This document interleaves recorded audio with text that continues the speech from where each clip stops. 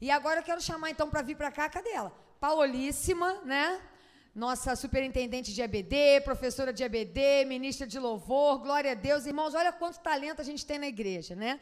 E nós estamos sonhando aqui em chamar você também, né? Principalmente nós, meninas, que o mês é nosso, né? Para dirigir o culto, para trazer uma mensagem. Se você tem o desejo de fazer isso, procura a gente, né? Vamos conversar, vamos ver como viabilizar isso. A gente tem que descobrir talento na igreja, amém? Agora eu queria que você estendesse as suas mãos para cá, nós vamos estar orando pela vida da Paola, né? A Paola, sempre que a gente pede, que a gente precisa, a Paola sempre se dispõe a estar conosco aqui pregando, e nesse mês não podia ser diferente, o mês das mulheres, né? Somos nós que vamos pregar o mês todo, amém, meninos? Senhor, em nome de Jesus, Pai, nessa hora, Deus, eu quero te louvar pela vida da Paola, Senhor. Obrigada, Deus, por essa tua serva, Pai, disponível, Senhor, sempre, ó Deus, solícita, Pai, sempre, ó Deus, com o coração cheio de boa vontade para te servir, para fazer o que for necessário na tua obra. Senhor, tu tens dado a ela, Pai, o dom da palavra, Senhor, tu tens usado ela nas ministrações de EBD, nas pregações, ó Deus, também no louvor, no instrumento, no canto. Te louvo, Deus, porque o Senhor tem dado talentos à tua filha, Pai, e ela tem granjeado outros talentos. Senhor, e nessa hora, Deus, eu quero te pedir, ó Deus, o Senhor já colocou a palavra no coração dela, Pai, o Senhor já ministrou a ela, que o Senhor possa fluir através da vida dela, que a tua palavra, Deus, que não volta vazia, mas que antes faz o que lhe apraz, ó Deus, seja poderosa nessa manhã. Nós abençoamos a vida da Paola, te pedimos que o Senhor continue guardando, abençoando, capacitando a tua filha. Nós oramos, ó Deus, em nome de Jesus, amém e amém, aleluia. A gente está com o microfone sem fio consertando, irmãos, aí é um tal de passa álcool no microfone. Jesus amado, tomara chegar a vacina, que eu nunca vi tanto álcool na minha vida. Pior que é verdade, né, irmãos? A gente já parece bêbado de álcool, né? Todo lugar que a gente vai é álcool, passa álcool. Daqui a pouco vão botar álcool até lá na caixa d'água, né, gente? Para já facilitar a nossa vida, né? Irmãos, a paz do Senhor para você que está aqui, para você que está na igreja. É verdade, gente, porque é tanto álcool na nossa vida que daqui a pouco até a caixa d'água da gente vai estar composta de álcool, né? Álcool gel, você pode escolher álcool líquido, álcool gel, aí você fica a seu critério como você vai se posicionar frente a essa novidade que está sendo lançada. Queridos, é um prazer trazer a palavra do Senhor para o coração dos irmãos e das irmãs, e eu agradeço o convite e a confiança, né, que é colocada sobre a minha vida, né, de trazer a palavra do Senhor, porque é uma grande responsabilidade, mas é um prazer imenso, irmãos, poder falar dessa santa palavra que nos restaura, que vivifica a nossa alma. E eu quero convidar você, então, a abrir a sua Bíblia no Evangelho de João, capítulo 8. Nós vamos ler do primeiro verso até o verso 11. João, capítulo de número 8, uma história muito conhecida nossa, e eu confesso a vocês que eu estava pesquisando sobre o que pregar e assistindo a novela Jesus, quando veio essa cena, quando eu olhei e falei, Senhor, é essa mensagem. Aí eu parei na sala, até minha mãe está aqui, né, está visitando a gente, eu falei, isso dá uma mensagem, e aí eu já comecei a pegar papel e anota um monte de coisas, porque, irmãos, essa história é linda demais. E aí eu quero já até adiantar o tema da mensagem para você, que é o poder do perdão de Jesus. Este é o tema da mensagem, o poder do perdão de Jesus. Então vamos a essa passagem, ao acontecimento, né? A história da mulher adúltera. Jesus, entretanto, foi para o Monte das Oliveiras.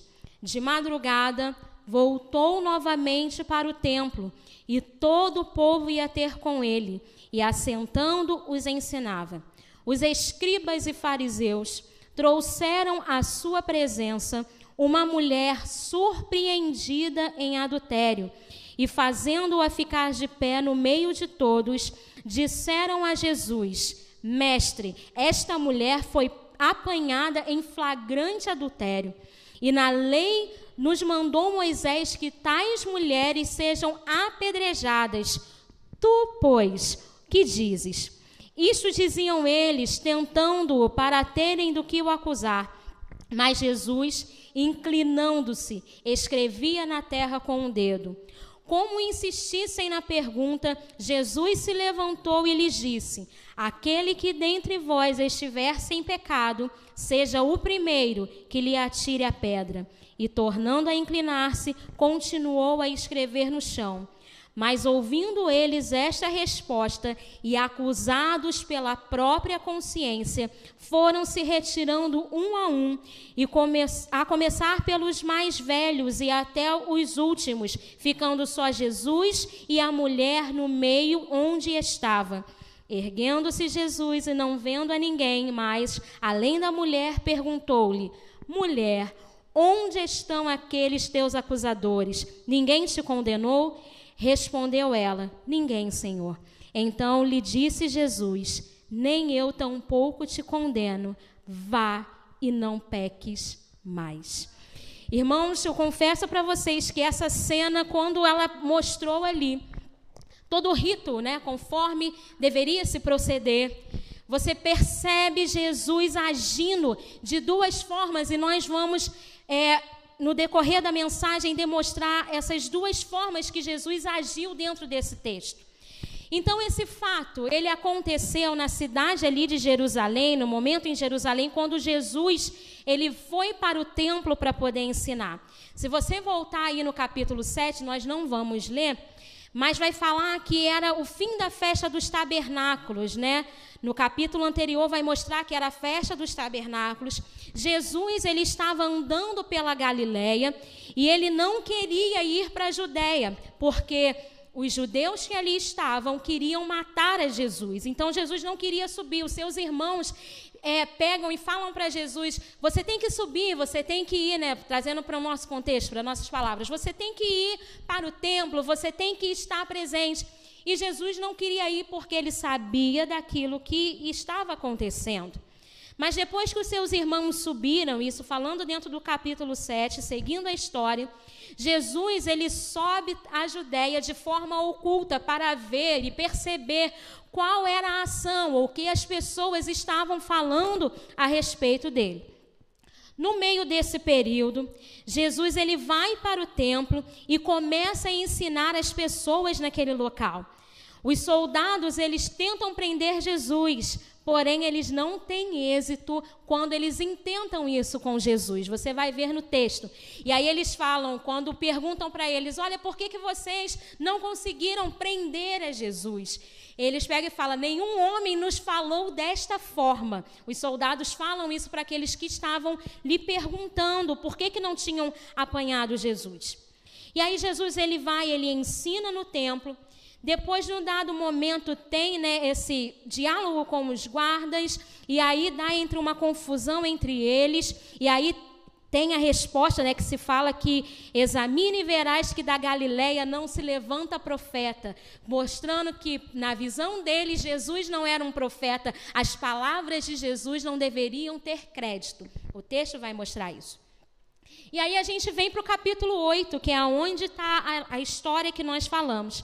Jesus, ele vai para o Monte das Oliveiras, ele sai do templo, vai para o Monte das Oliveiras, com certeza deve ter sido para buscar a presença de Deus, porque Jesus tinha esse hábito de buscar a Deus, de falar com o Pai, e ele traz também essa verdade para nós, que nós precisamos estar em comunhão com o nosso Deus, falando com o nosso Deus todos os dias, para todas as decisões que nós devemos tomar. Apesar de Jesus ser o Filho de Deus, ele ser o Deus encarnado que estava ali manifestado na terra, Jesus nunca deixou de ter comunhão com o Pai, mesmo sendo Deus. Se ele, que era Deus manifesto, continuou com a sua comunhão com o Pai, ele nos ensina que precisamos manter a nossa comunhão com Deus todos os dias.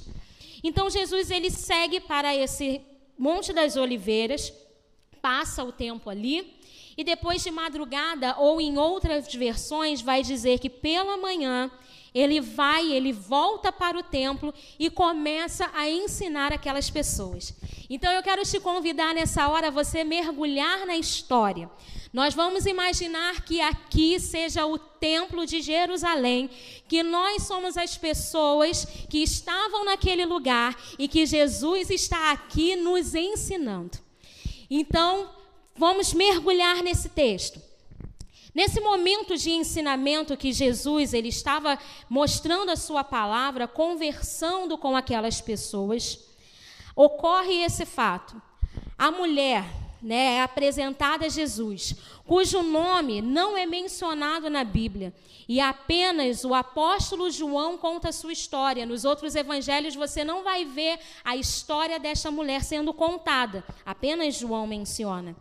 E apesar do seu nome não ser mencionado, não ser colocado, a nomenclatura, o pecado que ela cometeu traz o nome, o peso para si, a chamada de a mulher adúltera. Ela é conhecida desta forma no começo da história. A sua história anterior, a sua origem, de que família pertencia, não sabemos. Contudo, a gente consegue entender que esta mulher ela era judia, porque a pena que lhe seria aplicada se dava para as pessoas judias, E a gente vai ver isso no texto. O seu pecado foi exposto para todos. Então, você imagina agora alguém entrando por esse templo com uma mulher adúltera, passando por esse corredor, e as pessoas gritando que ela era adúltera. Com certeza, quem estava segurando ela, na cena a gente vê isso na novela de Jesus, que o marido vem segurando ela e chamando ela de adúltera, expondo o pecado dela para todas as pessoas. E aí a mulher é trazida para a parte da frente do templo. Ela foi pega em flagrante adultério. E aí, irmãos, a lei de Moisés condenava tal ação. E a aplicação deveria ser feita tanto para os homens quanto para as mulheres. Abra lá a sua Bíblia em Levítico capítulo 20, versículo 10. Levítico capítulo 20. Versículo de número 10, que diz o seguinte: se um homem adulterar com a mulher do seu próximo, será morto o adúltero e a adúltera. Depois, você pode olhar também em Deuteronômio, capítulo 22, verso 22, que diz a mesma coisa. Se um homem for achado deitado com uma mulher que tem marido, então ambos morrerão, o homem que se deitou com a mulher e a mulher. Assim eliminarás o mal de Israel. Então a pena deveria ser aplicada para os dois. Embora a gente vai olhar aqui na história que o homem com quem aquela mulher se deitou não está aqui na cena. Ele fugiu, eles não quiseram pegar, a gente não sabe. Mas a pena estava sendo aplicada apenas à mulher, apenas à adúltera. E aí essa pena seria o apedrejamento até a morte. Eles pegavam a pessoa, levavam para as portas da cidade e ali se começava o cumprimento da pena, o apedrejamento, para poder tirar esse mal de Israel. A lei de Moisés está falando disso, para purificar a nação, porque o adultério, irmãos, é uma quebra de aliança. Você se comprometeu no casamento e aí você quebra a aliança, Não estou falando você no sentido de vocês que estão aqui presentes, mas trazendo para o contexto da história. É uma quebra de aliança, é uma quebra de compromisso, e aí você traz uma série de mazelas para dentro do casamento. Então a lei era aplicada para isso, para que esse mal não perdurasse, para que houvesse essa purificação. Então, aquela mulher, irmãos, ela foi exposta, ela foi demonstrada ali todo o seu pecado. Depois, se você também quiser conferir a respeito da execução da pena, tanto a pena sobre a idolatria quanto a pena do adultério, está em Deuteronômio capítulo 17, do versículo 5 ao versículo 7. É a mesma pena, e é nesse texto que menciona que as pessoas eram levadas a portas das cidades. Então, voltando para cá, ela foi levada por todos ali até chegar a Jesus. De que local até chegar ao templo a gente não sabe a distância, mas toda a cidade ficou conhecendo o pecado daquela mulher. E Jesus, ao ser abordado pelos escribas e fariseus, pelos doutores da lei, os zelosos da lei, porque eles se orgulhavam disso, de serem zelosos da lei, de serem cumpridores, né, de lavar as mãos, né, tanto que tem um texto que os fariseus, eles interrogam aos discípulos de Jesus por que eles não lavavam as mãos e tantas outras coisas. Jesus, ele pega, sempre dá uma admoestada nos fariseus, dá uma exortada neles, mostrando que eles também não entravam nos céus e também não deixavam as pessoas entrarem por causa do jugo que eles colocavam sobre a vida das pessoas. Mas os fariseus e os escribas se gabavam disso. E aí eles pegam e levam aquela mulher para Jesus e fazem a pergunta: tu, pois, o que dizes? A lei mostra a condenação. E o que você, Jesus, nos diz? Eles queriam pegar Jesus. Eles não estavam se importando com a mulher naquele momento. Eles queriam uma forma de pegar a Jesus. Por dois motivos. Primeiro, que se Jesus pegasse e colocasse a pena, dissesse, não, a mulher deve ser apedrejada. Eles questionariam a Jesus sobre a sua compaixão, já que Jesus pregava o amor às pessoas, já que Jesus mostrava o perdão, mostrava a salvação. Se Jesus condenasse aquela mulher, eles falariam, então você não é aquele que demonstra um ser de compaixão, um ser de amor. Por outro lado, se Jesus virasse e falasse, não, ela tem que ser perdoada, não vamos aplicar a pena. Aqueles fariseus iam falar que Jesus não estava seguindo a lei de Moisés, não estava seguindo as leis de Deus. Então, de todas as formas, eles queriam pegar Jesus em algum argumento para desacreditar da sua divindade, das suas palavras. Fora que um outro detalhe, as aplicações de lei de morte, naquele período que era do governo romano, só os imperadores, só os governadores romanos que poderiam aplicar. Se Jesus aplicasse a pena da morte, Jesus estaria tendo um problema com o Império Romano, com os governadores romanos. Então, eles tinham 3 formas de tentar pegar Jesus. Só que o nosso Deus, ele é tão maravilhoso que ele não dá a resposta que os fariseus esperavam. E aí, neste texto, nós podemos tirar algumas lições e alguns ensinamentos para a nossa vida. Jesus trata nesta história, ao mesmo tempo, 2 classes de pessoas, ou 2 pontos. E, em primeiro lugar, Jesus ele trata com os acusadores. A primeira resposta que Jesus dá a eles foi o silêncio. Seguindo de um gesto, Jesus ele se inclina e começa a escrever no chão. O que Jesus escreveu nós não sabemos, mas Jesus ele se inclina e começa a escrever. E aí, o primeiro ponto que a gente pode aprender nessa história, que em certas situações a melhor resposta em primeira fase, muitas vezes, é o silêncio. Jesus ele poderia ter respondido da forma mais brilhante como Deus e Senhor, porque Jesus ele era e é um homem sábio, um Deus maravilhoso. Mas Jesus ele escolheu em primeira fase o silêncio. E aí a gente aprende, irmãos, que tem horas que a gente vem uma situação, vem uma acusação, vem um problema e vem coisas que a gente precisa responder. E às vezes nós que somos até mais esquentados, um temperamento mais tipo eu bato, eu faço, não sei o que, já quer responder de tal forma. E às vezes, irmãos, o silêncio frente a muitas coisas nos impede de tomar decisões erradas. Se Jesus respondesse de pronto aquilo que os fariseus e aquilo que os escribas queriam que ele respondesse, Jesus poderia ser pego na armadilha deles.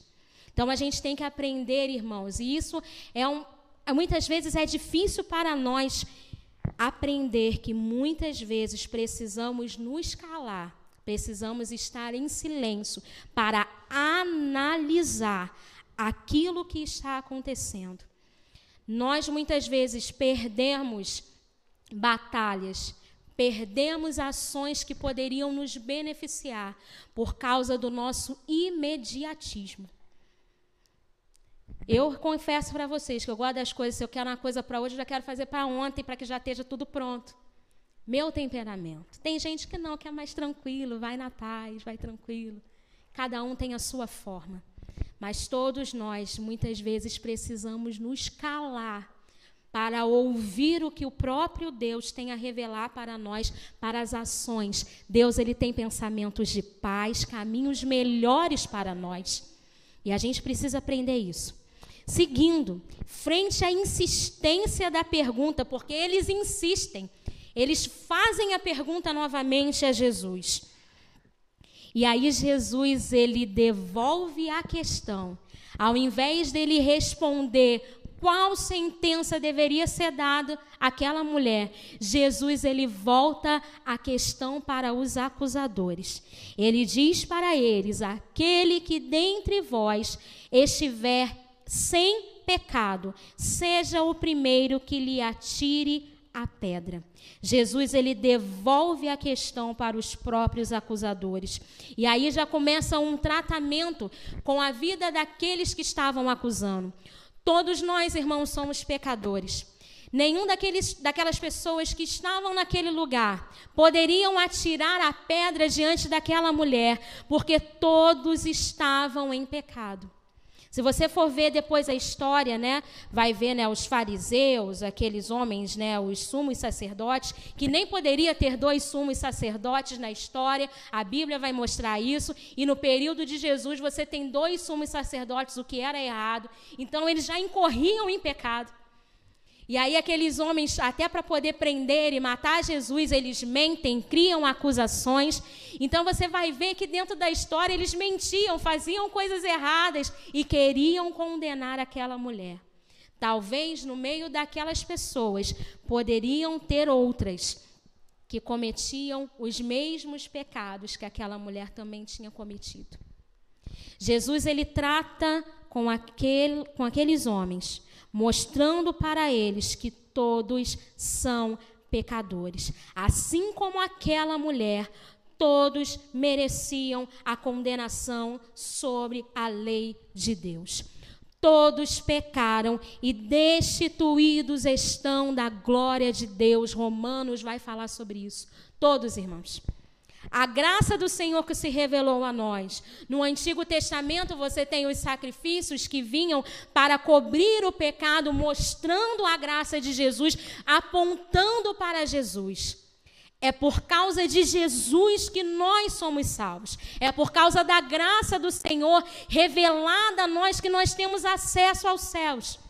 Se não for por Jesus, todos nós estamos condenados. E Jesus, ele mostra isso. Então, se há acusadores na sua vida, pessoas que trazem o peso daquilo que você já fez lá atrás e quer te condenar, saiba que todas as pessoas são pecadoras, assim como você é, mas há um diferencial na minha e na sua vida. A graça de Jesus se manifestou em mim e em você, e nós estamos salvos por causa do sacrifício de Cristo.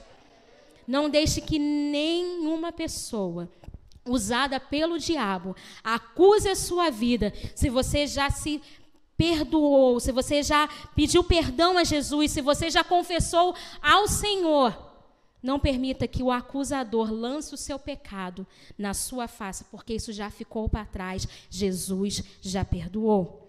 Segundo lugar, né, segunda parte, Jesus, ele trata com aquela mulher, não condenando-a à morte física, né, o apedrejamento como aqueles homens queriam. Mas Jesus ofereceu a ela a compaixão, misericórdia e graça. Jesus, ele olhou para aquela mulher e sentiu o pesar, sentiu o peso daquilo que estaria sendo feito para ela. Sentiu que aqueles homens queriam condená-la, queriam que ela morresse, mas Jesus, ele pega e oferece misericórdia. Jesus, ele não pega e se conforma com o pecado, e isso a gente precisa deixar claro, porque pode parecer que Jesus aceitou o pecado daquela mulher, o que não é verdade. Mas Jesus, ele, ao invés de oferecer a morte física, Jesus, ele oferece a vida para aquela mulher. Jesus ofereceu o perdão, a remissão da falta, a remissão, né, o pagamento da dívida do pecado. Jesus, ele oferece perdão. A ofensa foi perdoada. E trazendo aqui para nós, Jesus nos oferece todos os dias a mesma oportunidade que ele apresentou para aquela mulher. Jesus todos os dias nos oferece compaixão, misericórdia, graça e perdão dos nossos pecados. Basta que a gente esteja com o nosso coração arrependido diante do Senhor, que ele traz isso para nós. E dentro do perdão, eu quero falar com vocês 3 pontos sobre essa questão dentro dessa história. Em primeiro lugar, o perdão de Jesus, como eu disse, o poder do perdão de Jesus, ele traz cura. Traz a cura para as mazelas, para as feridas que o pecado causa no ser humano. A alma daquela mulher, o estado emocional daquela mulher estava ferido, estava abalado. Mesmo antes dela ser pega no ato de adultério, irmãos, como ela começou a pecar nesse sentido, a alma dela já estava sendo ferida pelas leis do pecado. E Jesus, ele traz cura para a vida daquela mulher. A vergonha, a humilhação que ela foi exposta diante do erro cometido, Deus, o nosso Senhor Jesus, traz a cura emocional para a vida daquela mulher. Quando a Tati estava ministrando, creio que tu és a cura, falando sobre curas emocionais. Irmãos, Deus deseja curar as nossas feridas emocionais. Deus deseja curar a nossa alma. Às vezes a gente peca, irmãos, nós pecamos. Se você achar que eu não peco, eu falo para vocês, eu peco, irmãos, todos nós pecamos. E às vezes os nossos pecados trazem feridas para dentro de nós. E nós vamos carregando essas feridas na nossa alma, carregando o peso dentro da nossa alma. Mas Jesus, ele está aqui, ele está aí na sua casa para curar você, para tratar a sua vida, para te libertar dessas correntes que te prendem. Quando Jesus curou aquela mulher, as cadeias que estavam prendendo ela foram caídas, foram destruídas, derrubadas pelo poder da cura de Jesus. E a mesma coisa Jesus deseja fazer comigo e com você. A cura, irmãos, nada mais é do que melhoria, restabelecimento do estado físico e emocional. E por que não dizer o restabelecimento do estado espiritual? Porque o pecado traz mazelas espirituais, traz distanciamento do Senhor. Mas Jesus, ele quer nos trazer a cura, ele quer nos trazer vida. Nós declaramos aqui nessa manhã, creio que tu és a vida, eu creio que tu és a cura. Jesus, ele nos cura. Segundo lugar, irmãos, o perdão de Jesus traz amor. O poder do perdão de Jesus revela o amor de Jesus Cristo para a nossa vida. Aquela mulher estava ali sendo desprezada por todas aquelas pessoas. Você imagina num local onde todos estejam te desprezando, todos estejam te rejeitando. Era aquilo que aquela mulher estava sentindo. Na cena, né, claro que a gente vê ali que é um contar da história, e aí você vê que as pessoas estavam ali. Se você não assistiu, assista depois essa cena da novela de Jesus. As pessoas estavam com ramos nas mãos e batiam. Você vai ver que aquela mulher, na história, ela parece toda machucada, e ela é lançada ali diante de Jesus. Todos estavam rejeitando aquela mulher, até ela chegar à frente de Jesus. Todas as pessoas estavam desprezando ela. Mas aí Jesus, ele pega, e quando ele perdoa aquela mulher, ele mostra o seu amor. Ele deita, ele dá amor à vida daquela mulher. Ele traz vida, amor sobre ela. E é a mesma coisa, trazendo para a nossa realidade. Jesus, quando ele nos perdoa, ele traz amor para a nossa vida. Ele traz o perdão, mas Ele traz amor. Se há rejeição, Jesus pega e te traz para viver em família. A Márcia pregou isso na mensagem passada. Se você não assistiu, assista no YouTube. Deus, Ele te resgata para viver em família. Deus, Ele te resgata para viver no amor dEle. Ele te perdoa e Ele te ama. Amor não é só um sentimento, porque o amor de Deus, ele é uma atitude. Mais do que dizer, eu te amo, meu filho, ele demonstra esse amor. Com o sacrifício de Jesus na cruz do Calvário, ele demonstrou o seu amor para nós. Um amor que a gente não consegue explicar. Um amor que pode passar milhares e milhares de anos, nenhum de nós vamos conseguir explicar a totalidade desse amor. Mas Ele ofereceu e oferece todos os dias para nós. Então, se você está se sentindo desprezado, rejeitado por causa de algo que você cometeu, saiba que Jesus, Ele te perdoa e Ele te traz para perto dEle para viver em família e para amar a sua vida. Todos nós somos importantes para o nosso Deus. O perdão de Jesus... E aí a gente vai caminhando para o final da mensagem. O perdão de Jesus traz liberdade. Aquela mulher estava aprisionada na prática e na lei do pecado. O pecado, irmãos, aprisiona. O pecado, ele traz separação, ele traz morte. E aquela mulher estava sob a lei do pecado. Quando Jesus lhe dá o perdão, não a condenando à morte física, mas trazendo uma nova chance de viver, não pecando mais. Essas cadeias que prendiam a ela foram destruídas pelo poder da ação de Jesus Cristo, trazendo para nós, quando somos perdoados por Jesus, não estamos mais sujeitos à lei do pecado, não estamos mais sujeitos à escravidão do pecado quando estamos em Cristo. O perdão de Jesus na cruz do Calvário alcançou a minha e a sua vida. Então o pecado já não impera mais sobre nós. Você é livre na presença do Senhor quando você recebe Cristo no seu coração. Infelizmente, irmãos, existem pessoas que, apesar de já terem sido perdoadas por Cristo, elas mesmas não se perdoam. Você já viu situações que as pessoas não se perdoam por aquilo que fizeram? Tem gente que já confessou para Jesus, com o coração arrependido e sincero. E Jesus, ele perdoa, irmãos, quando nós nos arrependemos de todo o coração. Mas existem pessoas que não se perdoam. Elas mesmas se põem dentro das cadeias, das prisões, da falta do perdão que elas mesmas não se dão. Mas Jesus, se você está nesse estado, Ele está oferecendo para você a liberdade dessas cadeias. Quando Ele pegou e falou para aquela mulher, Ele libertou. E assim como Ele fez com aquela mulher, Ele quer fazer com a minha e com a sua vida. Se nós estamos nesse estado de prisão, Ele quer fazer isso.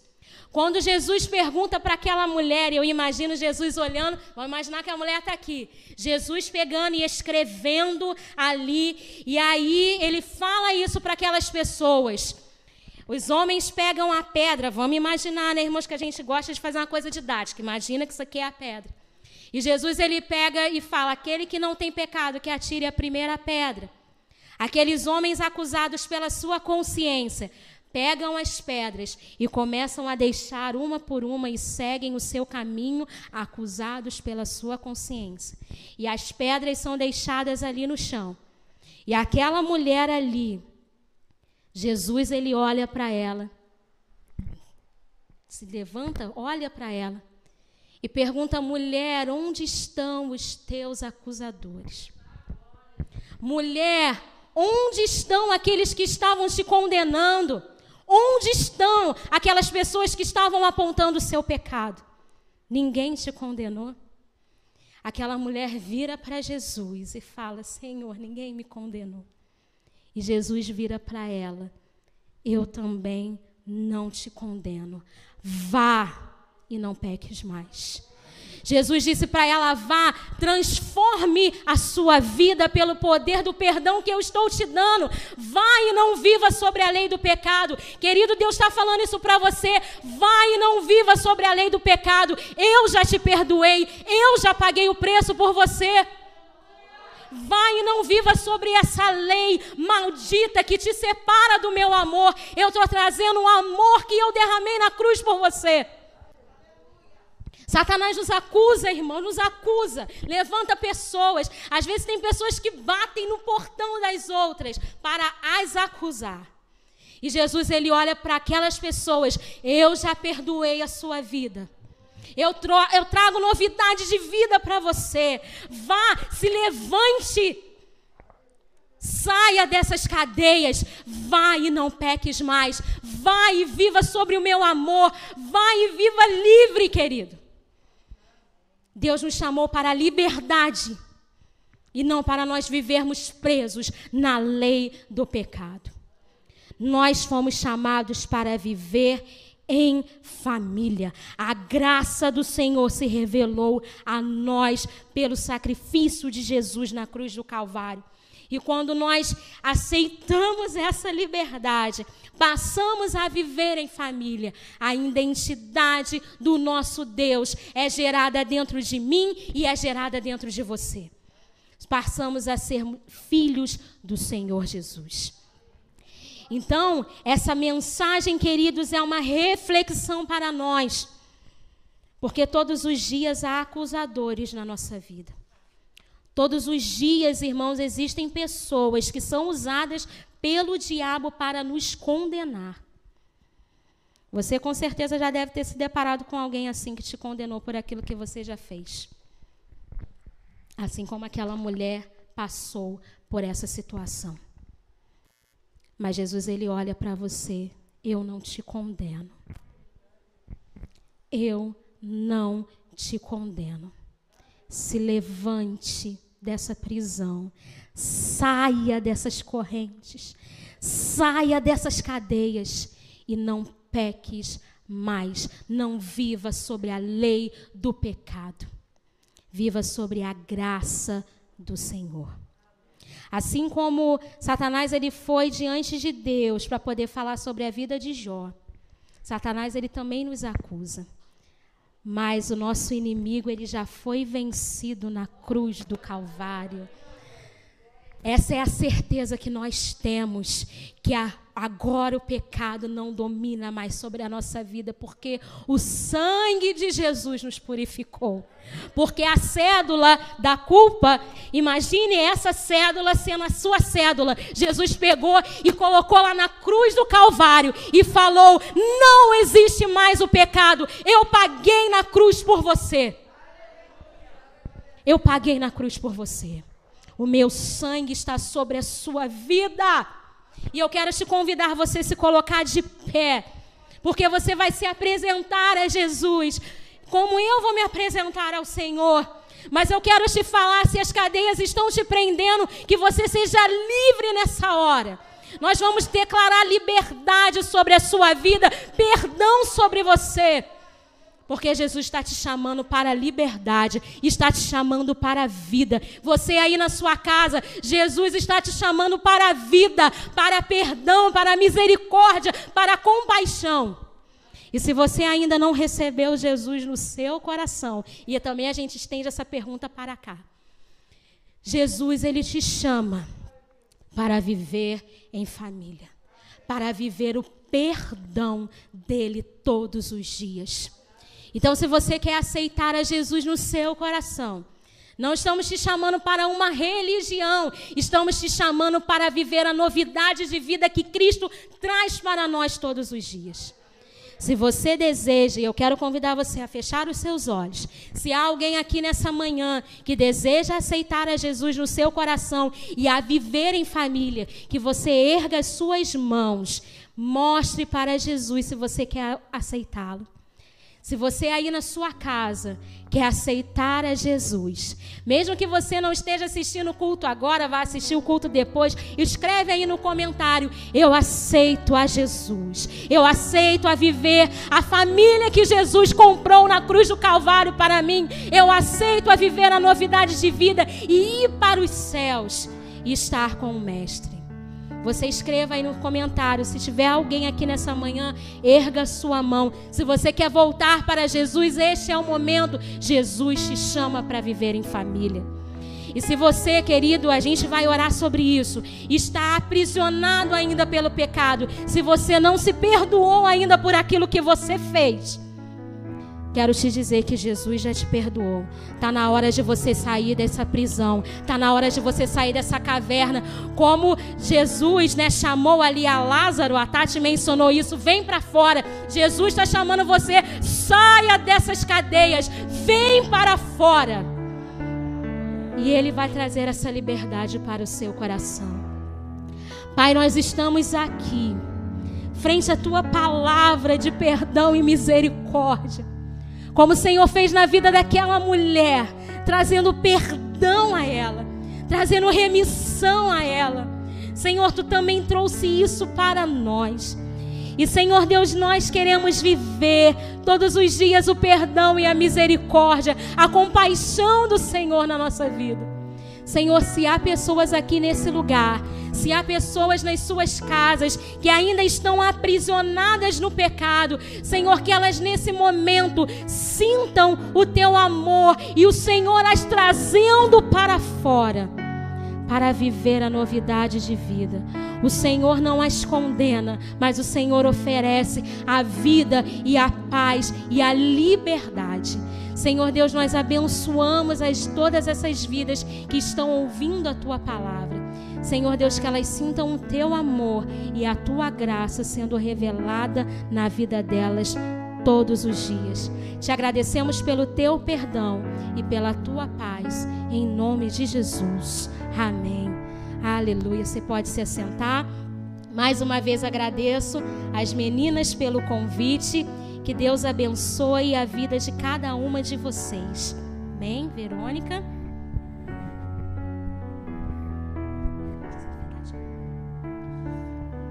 Eu gostaria de, junto com as irmãs, agradecer a nossa irmã Paola, que tem sido bênção na nossa vida. É a minha líder da EBD, a nossa líder, Márcia? Então, assim, agradecer por tudo, agradecer pela tua disponibilidade, pelo teu compromisso com a obra do Senhor e dizer que você é muito importante para nós aqui nesse lugar. Amém?